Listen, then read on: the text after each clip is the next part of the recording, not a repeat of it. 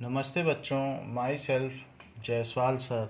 हम पढ़ रहे हैं class 12th relations and functions.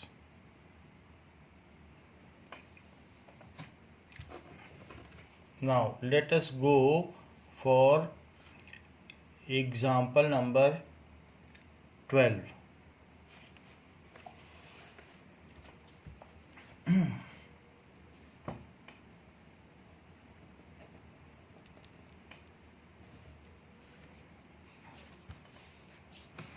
Example number 12 says that show that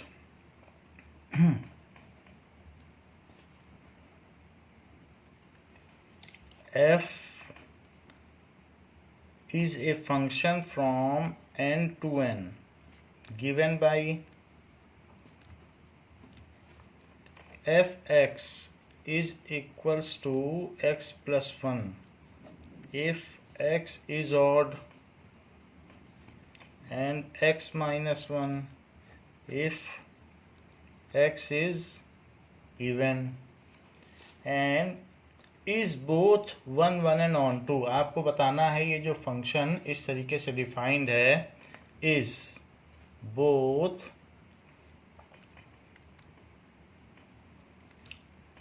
1 1 and on 2, ये बताना है। नाउ क्वेश्चन में दिया गया है कि इफ x इज ऑड, तो हम ये ले लेते हैं लेट x1, अलग अलग केस लेना पड़ेगा, x1 and x2 both are odd. देखिए इस क्वेश्चन में क्या बात कही गई है कि अगर x ऑड हो तो ये फार्मूला लगाना, अगर x इवन हो तो ये फार्मूला लगाना। y की वैल्यू इस फार्मूले से आएगी अगर x ऑड होगा और इस फार्मूले से आएगी अगर x इवन होगा। तो उसी मशीन में दो अलग अलग मशीनें हैं। ऑड के लिए वो ये इस तरीके का पैटर्न यूज़ करती है और इवन नंबर के लिए इस तरीके का। इवन में से 1 सब्ट्रैक्ट कर देती है, ऑड में 1 जोड़ देती है। So if x1 and x2 both are odd, ये हमने केस 1 लिया है। This is for proving 1 1 function. तो अगर दोनों ही ऑड हैं तो हम ऊपर वाला फार्मूला लगाएंगे and further let x1 and fx1 is equal to fx2, ये भी हमने मान लिया है। तो अब अगर x ऑड है x1 x2 तो ये फार्मूला लगेगा। तो this is x1 plus 1 is equals to x2 plus 1, 1 1 cancel हो जाएगा and x1 is equals to x2, तो ये हो जाएगा। केस 2 लीजिए, let x1 and x2 both are even, यदि दोनों इवन है तो ऐसे केस में फिर दूसरा फार्मूला लगेगा एंड फर्दर और लेट कर लिया कि x1 is equals to fx2। Now so x1 minus 1 even के लिए तो 1 सब्ट्रैक्ट होता है एंड x2 माइनस 1 माइनस 1 दोनों तरफ से कैंसिल हो जाएगा और x1 is equals to x2 आ जाएगा। ये चीज़ आ गई। तो पहले केस में भी x1 is equals to x2 आ गया, तो पहले केस के लिए 1 1 प्रूव हो गया, दूसरे केस के लिए 1 1 प्रूव हो गया। Case 3, let x1 is odd and x2 is even. तो ऐसा कर दिया जाए, तो अगर x1 ऑड होगा फर्दर और चीज़ लेट कर दी जाए कि x1 is equals to fx2। So for odd we are using the formula x1 plus 1 and for even we are using that -1 subtracting 1 from it. तो देखो ऑड में जो ऑड है उसमें एक जोड़ दिया और इसमें से एक सब्ट्रैक्ट कर लिया।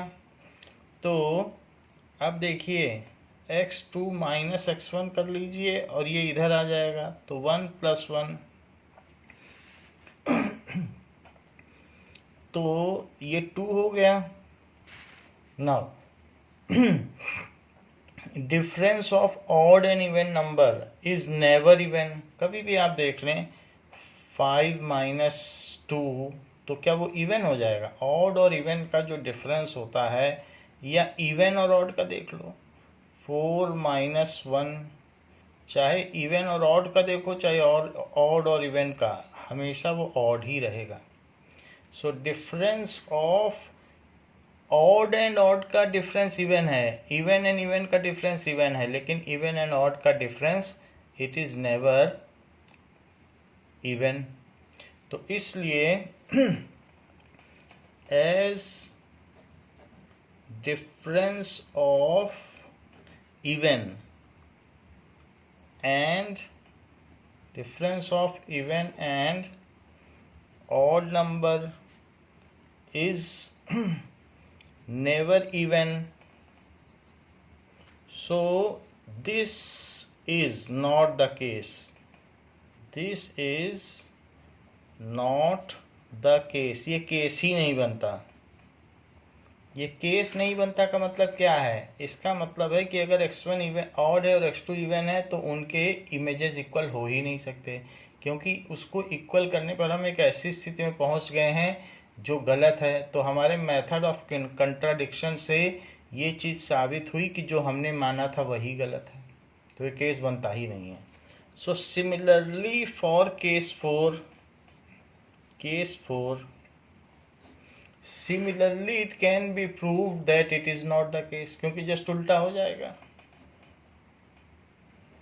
Similarly it can be proved that it is not the case, कि ये भी केस नहीं बनता। सो फ्रॉम केस 1, 2, 3 and 4, क्योंकि 1, 2 में तो 1, 1 प्रूव कर दिया हमने, 1 और 2 में, तो बाकी केस बनते ही नहीं हैं। सो फ्रॉम केस 1, 2, 3 and 4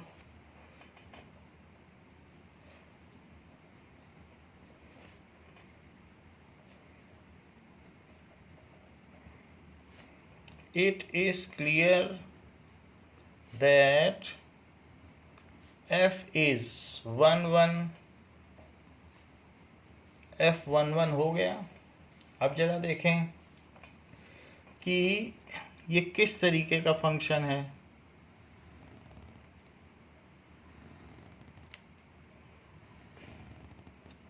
तो ये n2n है, n2n मैप्ड है। सो n2n अगर मैप्ड है तो आपसे कहा जा रहा है कि ऑन टू के केस के लिए कि f(x) क्या है? इट इज x + 1 और x - 1, x इज ऑड, जब x ऑड हो, और ये x इज इवन। तो अब जरा देखो मान लो मैं 1 लेता हूँ, तो 1 लेने पे इसका क्या इमेज बनेगा? 1 जोड़ देगा, y जो इसकी मैपिंग होगी। तो x अगर 1 है, ऑड है, तो ये x + 1 y की वैल्यू क्या होगी? x + 1 यानी 2। और कोई ऑड वैल्यू लो, 3 लो, तो 3 को क्या करेगा? 4 से 1 बढ़ा दे रहा है, यहाँ देख लीजिए 1 बढ़ा दे रहा है। ऐसे ही 5 लो, तो 5 से क्या कर रहा है? 6 कर देता है। ऐसे ही अगर आप x लो, तो x से क्या कर देगा? x + 1। ये तो ऑड में कर रहा है, जब ये ऑड है तो ये इवन दे रहा है। अच्छा, इसी तरीके से इवन ले लो, 2 ले लो, तो 1 कम कर दे रहा है। और अगर 4 ले लो तो 3 कर दे रहा है। और इसी तरीके से अगर आप x ले लो तो ये x - 1 कर दे रहा है, यानी ये चीज़ y दे रहा है, और यहाँ पर ये चीज़ y दे रहा है। तो y जब इवन है, देख लो इवन है, y जब इवन है तो x क्या है? x ऑड है और उससे 1 कम है। सो फॉर एवरी y देखिए ऑन टू के लिए प्रूव कर रहे हैं, फॉर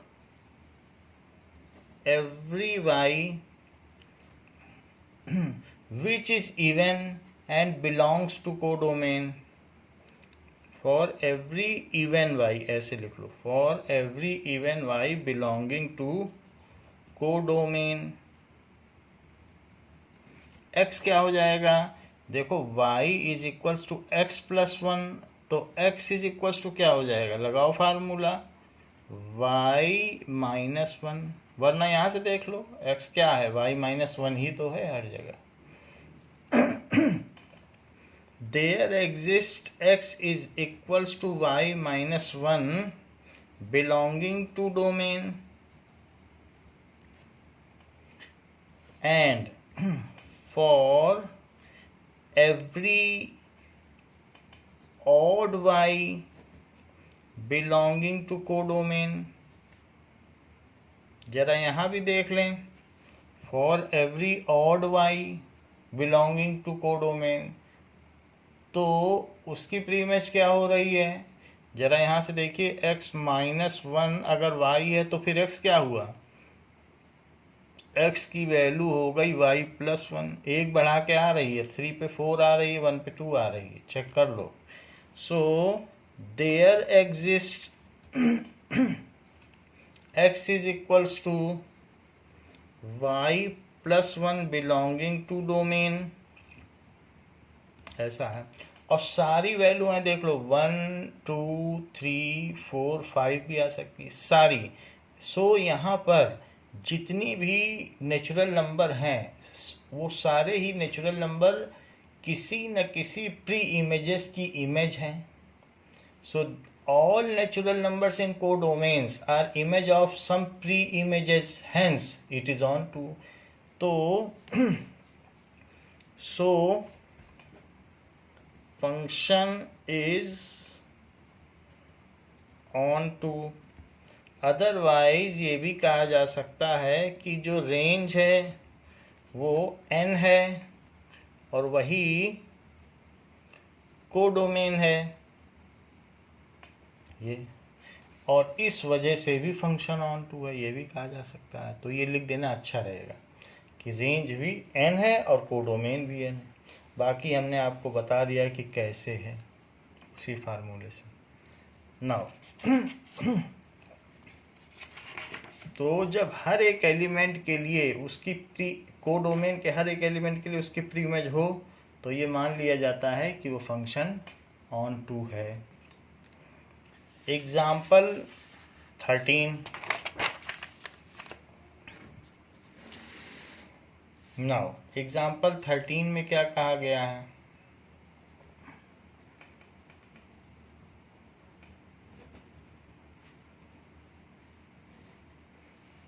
देखिए, show that an on-to function is always 1 1. Show that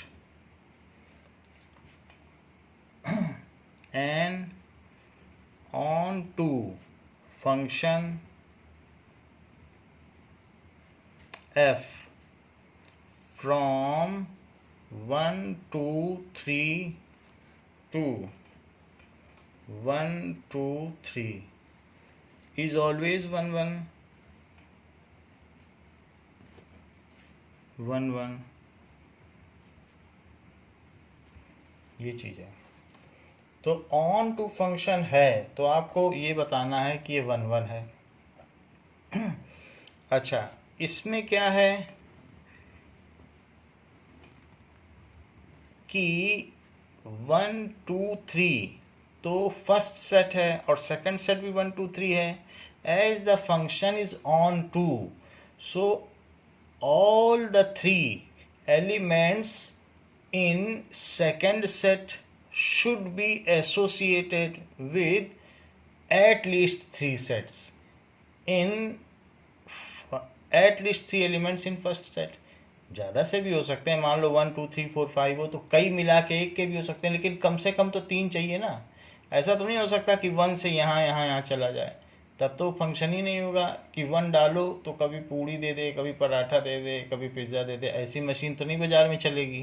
तो कई एक से हो सकते हैं, लेकिन एक से कई इमेजेस नहीं हो सकती। इसलिए इन तीनों के लिए कम से कम तो 3 एलिमेंट चाहिए ही चाहिए। तो हम कह सकते हैं कि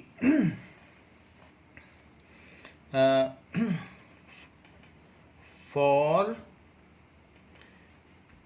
3 elements in codomain,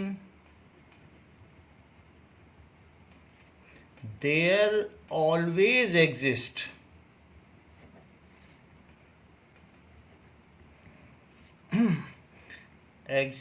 at least, कम से कम तो 3 चाहिए, 3 elements in domain, डोमेन में 3 चाहिए। एज ऐसा क्यों कह रहा हूं? As it is given that function is onto, but there are only 3 elements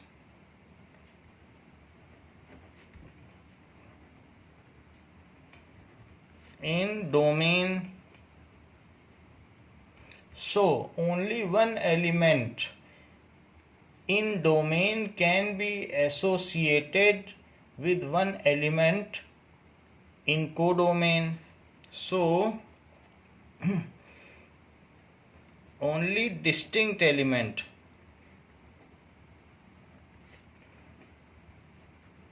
in domain can be associated with distinct element in domain.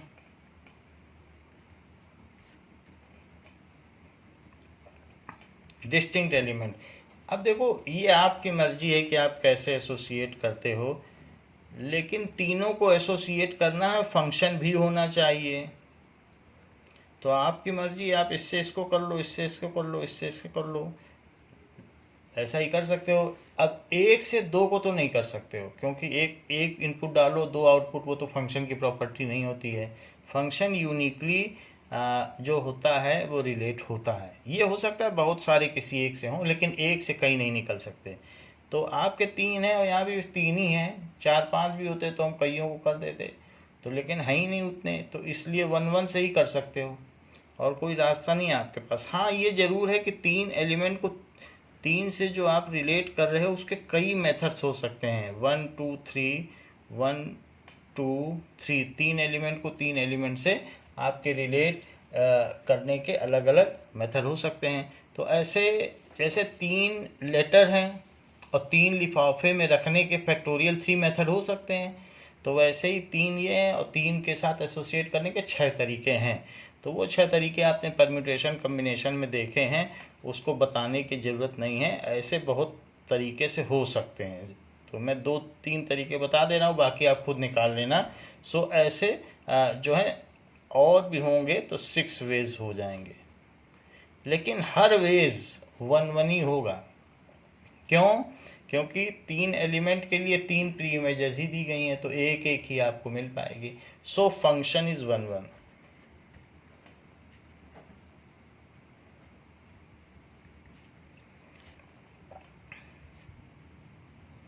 इसलिए ये फलन एक प्रतिचित्रण हुआ।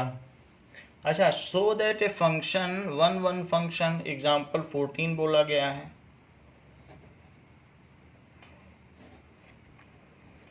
कि शो दैट ए 1-1 फंक्शन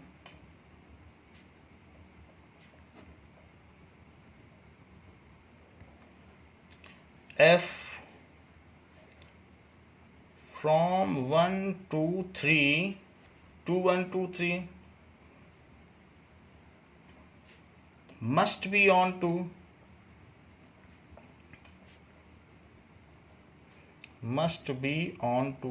ऐसे बताया गया कि 1-1 तो है, लेकिन ऑन टू भी होना चाहिए। सो ऐसा दिया गया है।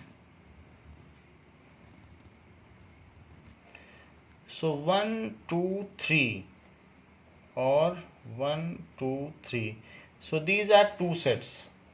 So three distinct elements can distinctly be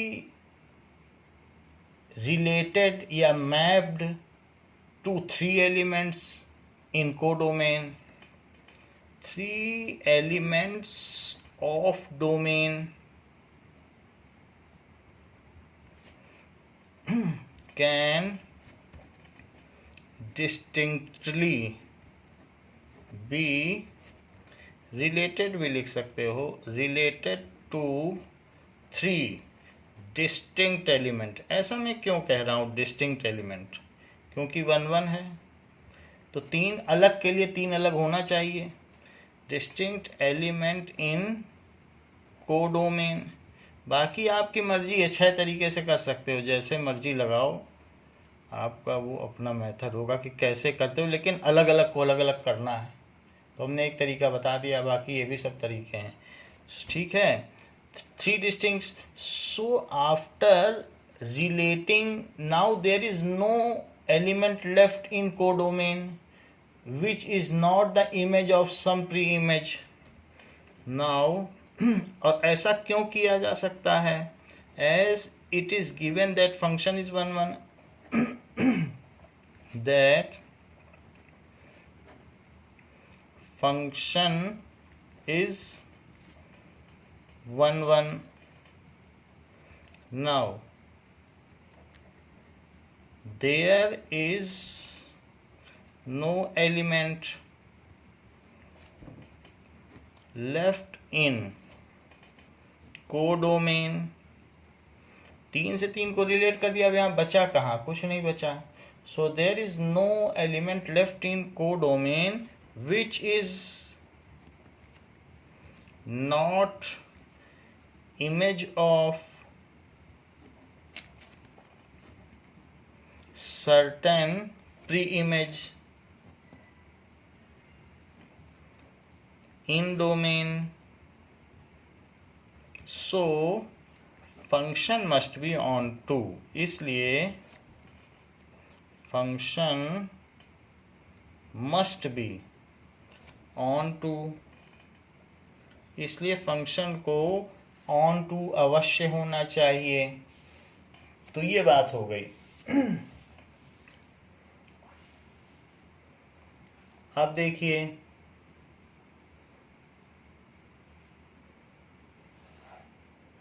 यानी अगर x से x की ओर कोई फंक्शन किया गया है और वो 1 1 है तो ऑन टू होगा x से x की ओर, और अगर ऑन टू है तो 1 1 होगा। ये लास्ट में रिमार्क में दिया गया है कि ऐसा ही तो हमने किया ना, x से x दोनों सेम सेट हैं, तो 1 1 था तो ऑन टू पाया गया, और ऑन टू है तो 1 1। ये एक इम्पॉर्टेंट डिडक्शन है जो हमें आगे काम आएगा, इसलिए हम इसे लिख ही लेते हैं कि सो कंक्लूजन क्या हुआ एग्जाम्पल 13 एंड 14 से? इससे ये पता चलता है f from x to x, एक आर्बिट्रेरी सेट से arbitrary set, where x is an arbitrary set, जहां पर x एक यदृच्छया समुच्चय है, आर्बिट्रेरी सेट अपने रेंडमली चूजन सेट है, so it is an arbitrary set. Then if f is 1 1, then it must be on to। Further, if f is on to, then it must be 1 1। इनका both way implication है कि f is 1 1 implies f is on to, and f is on to implies that f is 1 1. So f is 1 1 implies that and implied by that f is on to, दोनों हो रहा है, ये है तो ये होगा, ये है तो ये होगा, ये एक डिडक्शन है। Where x is a finite set, जहां पर x एक फाइनाइट सेट है।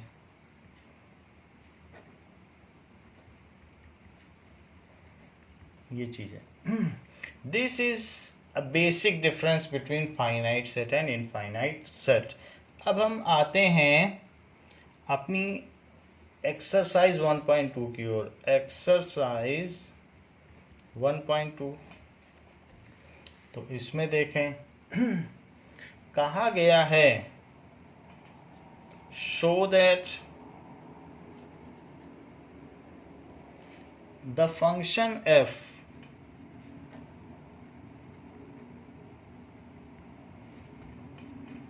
from r star to r star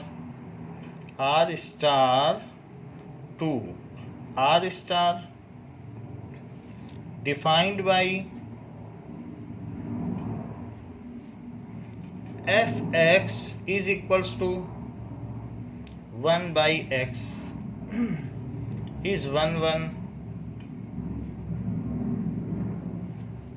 and on to, where r star is set of all non-zero real numbers, is set of all non-zero real numbers. ये बात कही गई, zero नहीं है बस। That is the result true. फिर question पूछता है is the result true if the domain R star replaced by N, if the domain R star is replaced by n,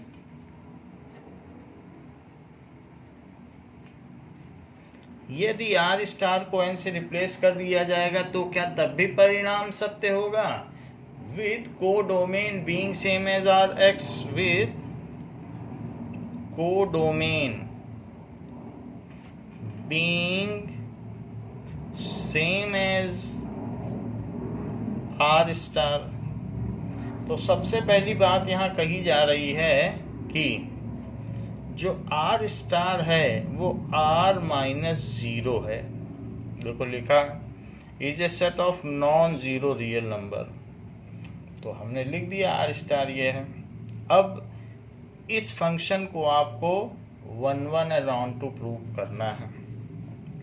so let f(x1) is equals to f(x2), जहां x1 x2 belongs to R star, क्योंकि R star से R star है। वैसे भी होना भी चाहिए क्योंकि जो f(x1) है वो 1 by x1 है और 1 by x2 है। फार्मूले के हिसाब से फार्मूला ये है, तो वो लगा दिया हमने 1 by x1 is equal to. तो इसे तो नॉन जीरो होना ही चाहिए, नहीं तो आप कुछ ऐसा इनपुट डाल ही नहीं पाओगे। जीरो रखोगे तो क्या डालोगे और पाओगे क्या? तो इस तरीके से चीज़ें फाइनाइट और रियल होनी चाहिए तभी डाली और पाई जा सकती हैं। तो हमने डाल दिया। इसको इन्वर्ट कर दो, इन्वर्टिंग। तो इन्वर्ट करने पे क्या होगा? x1 is equals to x2। So f is 1 1, f11 हो गया। अब जरा देखें कि ये आर स्टार है और ये भी आर स्टार है। आर को थोड़ा सा बोल्ड कर लें, जहाँ पर भी है, हमने नहीं किया है, आप कर लें, ऐसे कर लें। तो ये बोल्ड कर लिया। अब जरा देखो कि x से मैपिंग होती है तो यहाँ ये 1/x देता है, उसको पलट के दे देता है फार्मूले के हिसाब से, तो ऐसा ही है।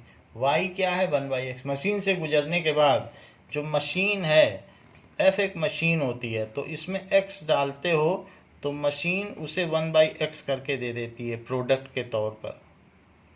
यानी ये मशीन क्या करती है, x डालो इस मशीन में, f में x डालो तो ये 1/x दे देती है, ऐसे करती है। तो यहाँ भी इसने यही किया, यही y है। अगर y 1/x है तो बताओ x क्या हुआ, क्या ये 1/y हुआ? तो हाँ हुआ। तो x की जगह क्या लिखा जा सकता है 1/y।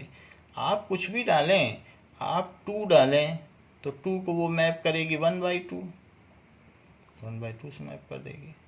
तो अब अगर 1/2 इमेज है तो x क्या हुआ 1/1/2, तो 2 ही आ जाएगा। तो जो भी चीज़ यहाँ है उसको 1 में लिख दो, वही आ जाएगा, 1/1/2 डाल दो, 2 आ जाएगा। तो इस तरीके से हम ये देखते हैं कि जो भी यहाँ होगा उसका 1 कर दो, क्योंकि ज़ीरो का तो खतरा है नहीं, यहाँ ज़ीरो होगा ही नहीं, RX है यानी R*, तो उसमें ज़ीरो होगा ही नहीं, तो 1/0 कभी आएगा ही नहीं। इसलिए आपको हर चीज़ यहाँ फाइनाइट मिलेगी, एक्चुअल में मिलेगी। तो इस तरीके से for every y belonging to domain, codomain, belonging to codomain लिखना है, ठीक है। for every y belonging to codomain there exists x is equals to 1/y belonging to domain, वही x है 1/y लिखा, ये देख लो, ठीक है। So function is onto, function onto है, 1 एंड ऑन टू दोनों है, बाइजेक्टिव हुआ है। So function is onto. So range भी RX है और कोडोमेन भी RX है। रेंज इज आर, ऐसा क्यों कह रहा हूँ कि रेंज R* है, क्योंकि कुछ भी पाया जा सकता है। अगर आपको √2 पाना है ना तो 1/√2 डाल दो तो पलट के √2 आ जाए, कुछ भी पा सकते हो। ये तो बहुत आसान है, क्या पाना चाहते हो उसका उल्टा डाल दो, इन्वर्ट, पा जाओगे। और वही कोडोमेन है, तो इसलिए भी फंक्शन ऑन टू हुआ। जब रेंज जब कोडोमेन के इक्वल हो जाएगी, जब किसी फलन का परास उसके कोडोमेन के इक्वल हो जाएगा तो वह फंक्शन ऑन टू होगा। अब रही बात, इसमें क्वेश्चन पूछता है कि यदि डोमेन को n से रिप्लेस कर दिया जाए, एक और इसी में पार्ट पूछ रहा है, तो क्या होगा। If domain is replaced by n,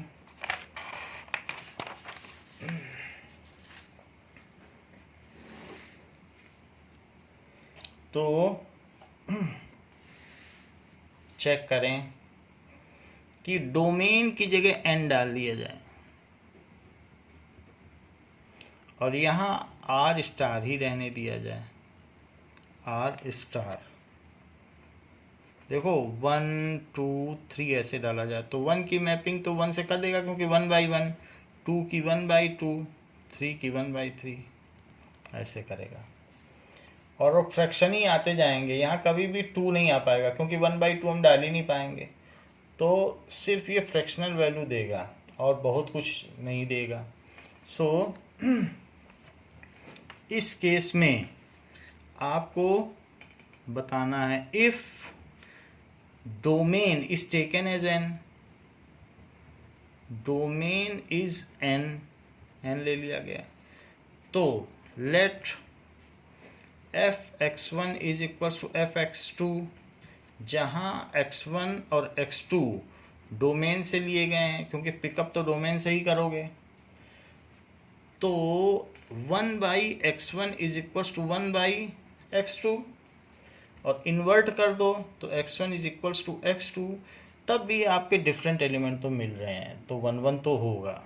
अलग अलग के लिए तो अलग ही अलग देगा, 2 के लिए तो 1 नहीं दे सकता, सो f इज 1 1, फंक्शन तो 1 1 हो गया।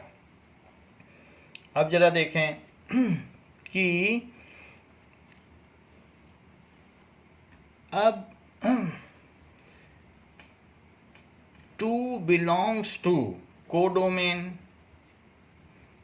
आप देख लो, क्योंकि 2 है तो यहाँ 1/2 तो नहीं मिलेगा, 1/2 होता तो 2 मिलता, 1/2 तो नेचुरल नंबर में नहीं होता है ना। तो 2 कब मिलता है यहाँ, जबकि 1/2 यहाँ लेते तो पलट के वो 2 दे देता।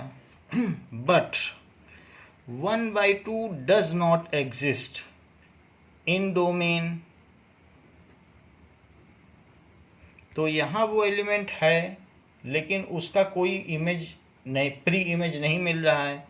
तो बस किसी को झूठा साबित करने के लिए एक एग्जाम्पल दे देना काफ़ी है। So f is not onto, या सिंपली भी कह सकते हैं कि all integral values and all negative values and all irrational value, उतना सब भी लिख सकते हैं।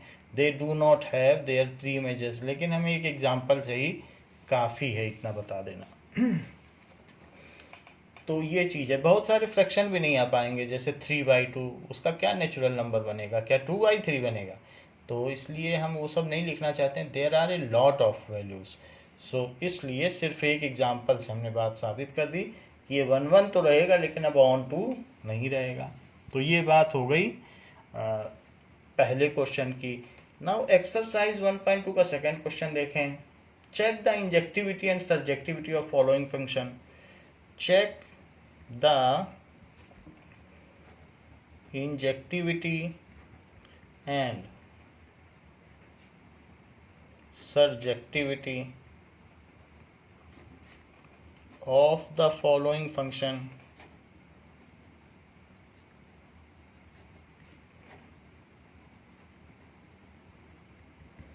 तो बताया गया है कि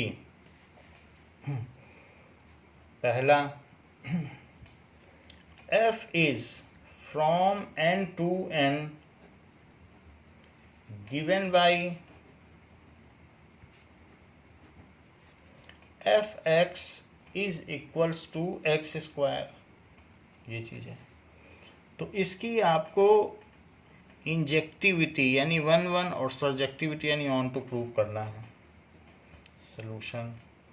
सो अब जरा देखो, n है, 1 डाल सकते हो, 2 डाल सकते हो, 3 डाल सकते हो, और उसके लिए अलग अलग ही मिलेगा आपको। -1 और 1 तो नहीं डाल सकते हो ना, क्योंकि -1 लोगे कहाँ से, डोमेन में इंटीजर तो है नहीं, नेचुरल नंबर ही ले सकते हो। तो डिफरेंट नेचुरल नंबर के स्क्वायर भी डिफरेंट होंगे। जैसे नेचुरल नंबर लोगे तो उनके जो यहाँ पे स्क्वायर्स होंगे वो डिफरेंट होंगे। 1 होगा तो उसका स्क्वायर करोगे तो 1 आ जाएगा, 2 होगा तो उसका स्क्वायर करोगे 4 आ जाएगा, 3 होगा तो स्क्वायर करोगे 9 हो जाएगा। हाँ ये है कि बीच के कुछ छूट जाएंगे, 1 है तो 2 3 छूट जाएगा, 4 है तो 5 6 7 8 सब छूट जाएंगे, बहुत सारे छूट जाएंगे। तो वो खैर अलग बात है, लेकिन यूनिकली तो इमेज है ना, डिस्टिंक्ट प्री इमेजेस है, distinct images. So let f(x1) is equals to f(x2) where x1 x2 belongs to n, जहाँ ये n को बिलोंग करते हैं। so this implies x1 square is equals to x2 square। इसको boldly लिख सकते हो x1 is equals to x2, क्योंकि रूट हटा के प्लस माइनस लगाया जा सकता था, लेकिन माइनस का कोई मतलब नहीं है क्योंकि नेचुरल नंबर है, तो नेचुरल नंबर के स्क्वायर रूट्स भी नेचुरल ही होंगे। तो इस तरीके से फंक्शन इज 1 1 यहाँ भी दिखने से लग रहा है। As distinct preimages are associated या mapped to distinct images as distinct preimages are mapped. ये सेंटेंसेस इसलिए बताता हूँ क्योंकि आपका एनरिच हो जाए जो वोकेबलरी है इससे संबंधित, तो वो लिखना चाहिए कभी कभी। आर मैप्ड टू डिस्टिंक्ट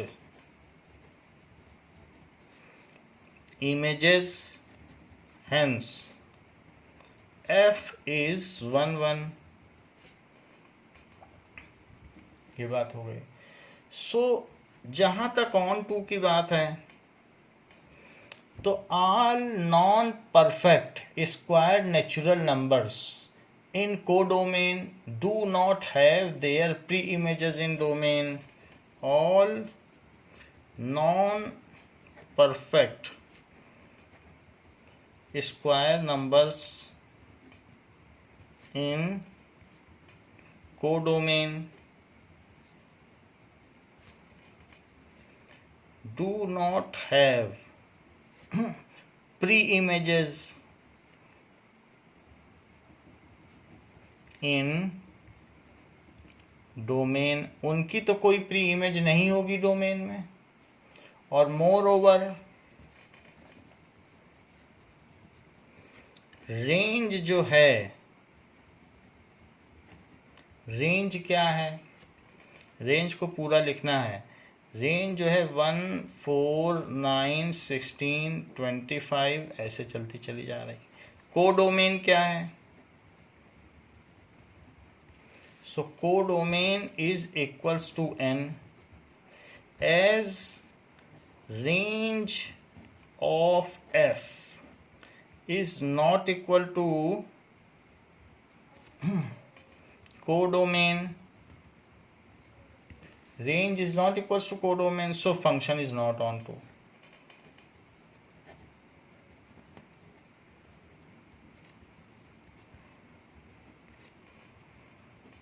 इसलिए फंक्शन ऑन टू नहीं हुआ, 1 1 हो गया है, लेकिन हम ऑन टू इसे नहीं प्रूव कर पाए, ऑन टू नहीं पाया गया।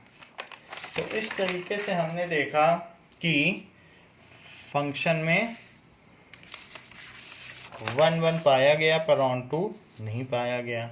इसी में एक सेकेंड पार्ट भी दिया गया है कि prove that injectivity and surjectivity. Second part में क्या प्रूव करना है और फंक्शन क्या है? z to z given by है वही चीज, लेकिन कोडोमेन डोमेन बदल दिया गया है। F x is equals to x square, ये चीज है। अब z से z की ओर है, तो z से z की ओर होगा, तो अब हमारे पास कुछ चीजें बदल गई हैं। ये नाउ z से z की ओर देखो, जब 1 डालोगे और -1 डालोगे तो प्लस और माइनस दोनों का यहाँ पर एक ही मैपिंग मिलेगा, 1 का स्क्वायर। और +-2 डाल दोगे तो 4 दे देगा, +-3 डाल दोगे तो 9 दे देगा। वैसे तो बहुत सारे नंबर हैं यहाँ निगेटिव है, वो सब छूट जा रहे हैं, और नॉन परफेक्ट स्क्वायर नंबर्स भी छूट जा रहे हैं। तो ऑन टू तो खैर नहीं होगा, सब छूट ही जा रहे हैं। तो सॉल्यूशन देखिए, f-2 is equals to f2 is equals to 4। देखो 2 डालोगे तो 4 आएगा कि नहीं, but -2 is not equals to 2। यहाँ आपको लिखना पड़ेगा -2, 2 बिलोंग्स टू z, ये लिखना पड़ेगा।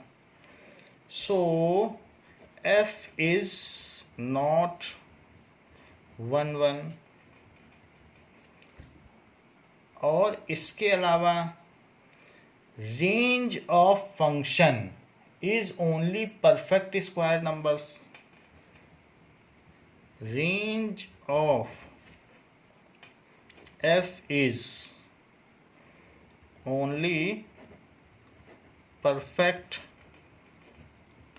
square number, all negative integers, क्योंकि किसी का स्क्वायर करोगे तो निगेटिव तो नहीं आएगा, integers and non perfect square numbers.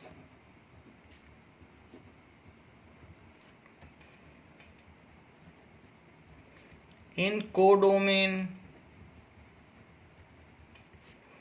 are not images of any pre-image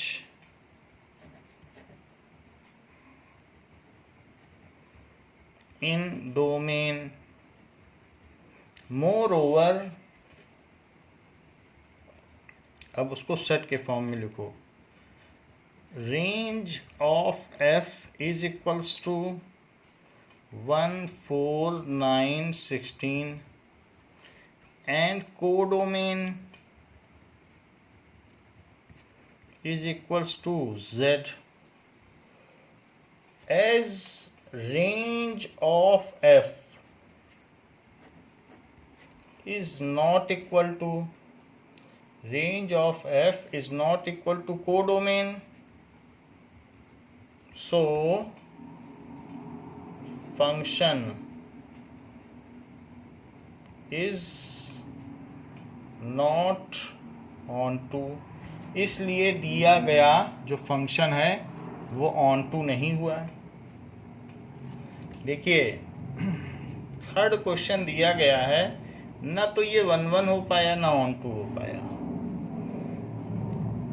f is a function from R to R, mapped from R to R, एक फलन है जो वास्तविक संख्याओं से वास्तविक संख्याओं की ओर प्रतिचित्रित किया गया है।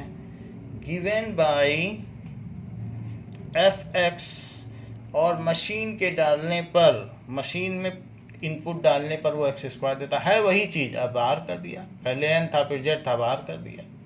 अब जरा देखो,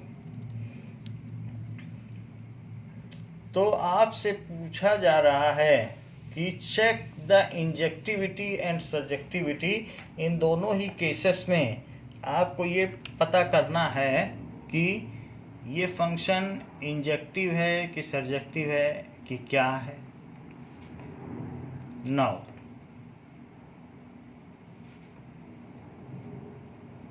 अब इसको देखते हैं।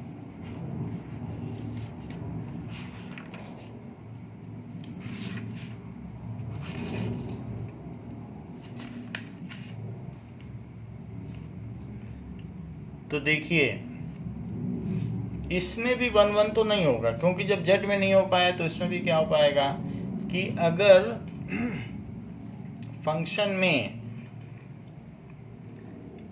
लेट करें या ऐसे भी कि f-2 is equals to f2 is equals to 4, क्योंकि ये सब रियल नंबर्स हैं, तो रियल नंबर्स में से कुछ भी डाल दो, +-2 डाल दो तो ये 4 पे पहुंचा देगा। और रियल नंबर है तो रियल में +-√2 भी डाल सकते हो तो 2 पे पहुंचा देगा। रियल में तो कुछ भी डालो।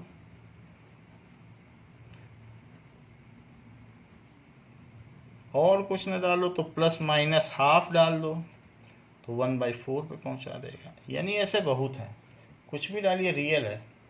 तो लेकिन हमने ये देख लिया कि पॉजिटिव और निगेटिव वैल्यू डालने पर सेम आंसर आ रहा है। दो की कॉमन इमेज हैं, जहां -2 और 2 बिलोंग्स टू R है, but -2 is not equals to 2, so f is not 1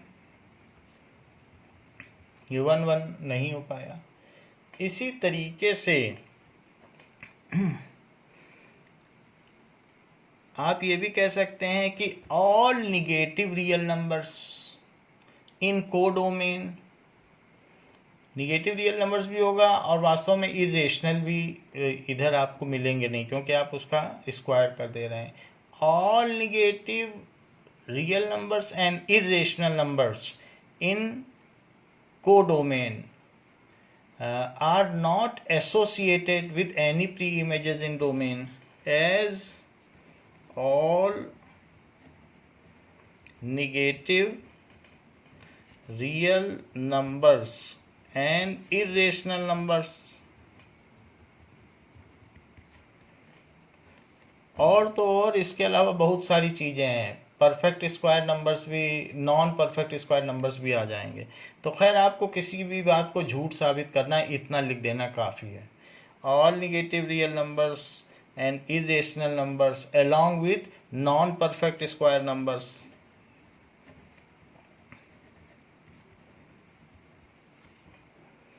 non perfect square number छोड़ दें, क्योंकि कभी आप यहाँ पर √3 लिखोगे तो √3 का स्क्वायर 3 मिल जाएगा, तो ऐसा हो जाएगा, इसलिए नॉन परफेक्ट छोड़ दें. So all negative number and irrational numbers in codomain are not associated with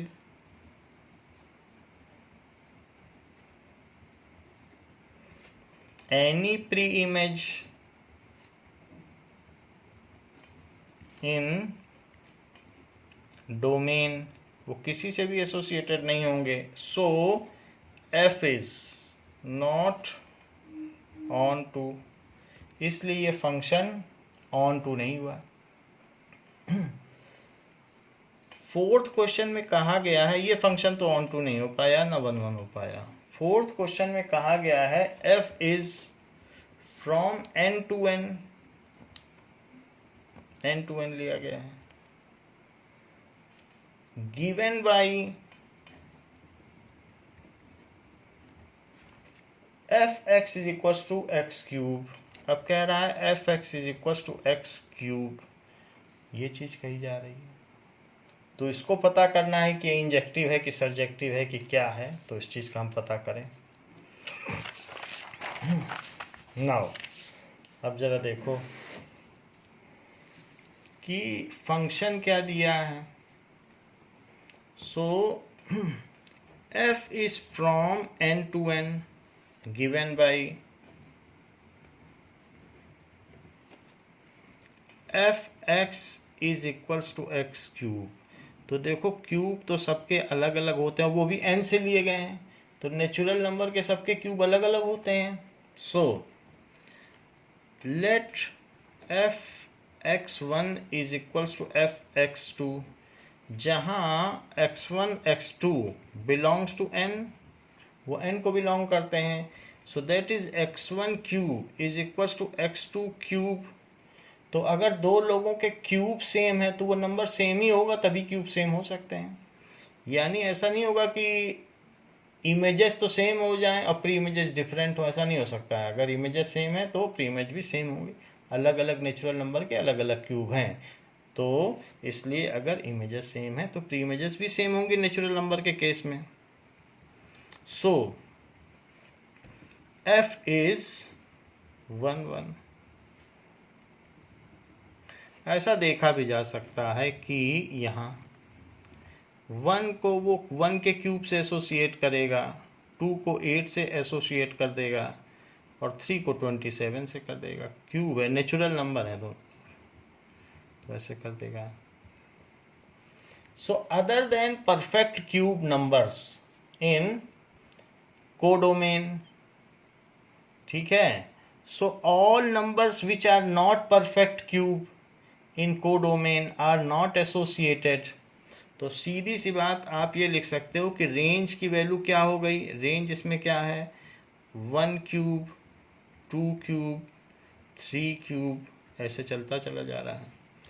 और कोडोमेन क्या है, रेंज पूरा लिखो, रेंज, रेंज आर नहीं लिख सकते. कोडोमेन क्या है, कोडोमेन है n, as range of f is not equal to codomain. Range of f codomain के इक्वल नहीं है, ठीक है. So it is not onto function. All natural numbers which are not perfect cube, फिर लिखा जा सकता है कि ऑल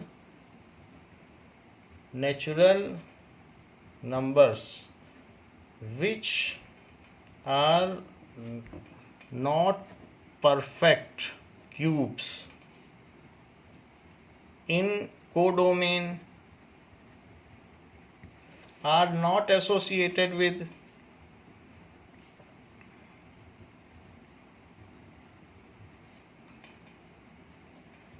any pre-image in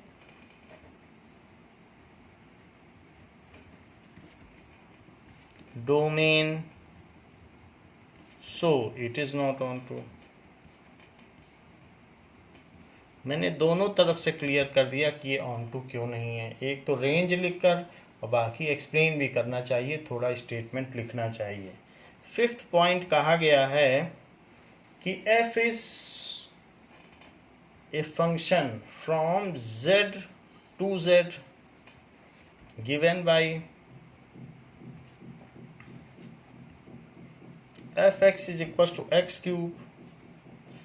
तो देखो इंटीजर में भी निगेटिव इंटीजर लोगे तो उसका क्यूब अलग आएगा, पॉजिटिव का अलग आएगा। इंटीजर में नहीं होता, ये स्क्वायर तो है नहीं, क्यूब है, तो -1 का क्यूब अलग होगा, +1 का अलग होगा। So let f(x1) is equals to f(x2), जहाँ x1 x2 belongs to z। So x1 cube is equals to x2 cube. तो क्यूब में निगेटिव साइन सब्सिडाइज तो होता नहीं है, वो तो बना रहता है, तो इसलिए इससे ये इम्प्लाई हो गया कि x1 is equals to x2। So f is 1 हुआ। लेकिन जहाँ तक बात रही कि -1 को करोगे, z है, z से z, तो -1 आ जाएगा। -2 को करोगे तो -8 आ जाएगा। -3 को करोगे तो -27 आ जाएगा। 1 को करोगे तो 1 आ जाएगा। 2 को करोगे तो 8 से मैपिंग होगी, ऐसे होगी, ये चीज़ है। सो आपकी रेंज क्या है यहाँ, ये दिखाओ। Range of f is equals to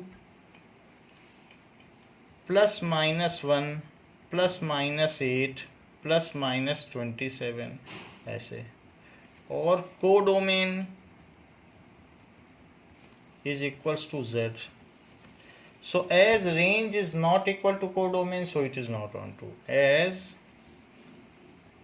range of f is not equal to codomain, so it is not on to. ये हमने बताया आपको, ये इंडिपेंडेंट मेथड है और इतना लिख देने से भी काफ़ी होता है, तो चल जाएगा। बहुत इसमें अब हम क्या लिखें कि वैसे ही लिखा जा सकता है कि जो नॉन परफेक्ट क्यूब नंबर्स हैं ऐसे लिखा जा सकता है, वरना ये भी चल जाएगा। तो ये ऑन टू भी नहीं हुआ, 1 हो गया है, 1 हो गया है और ऑन टू नहीं हो पाया। तो इस तरीके से हमने देखा क्वेश्चन नंबर 2।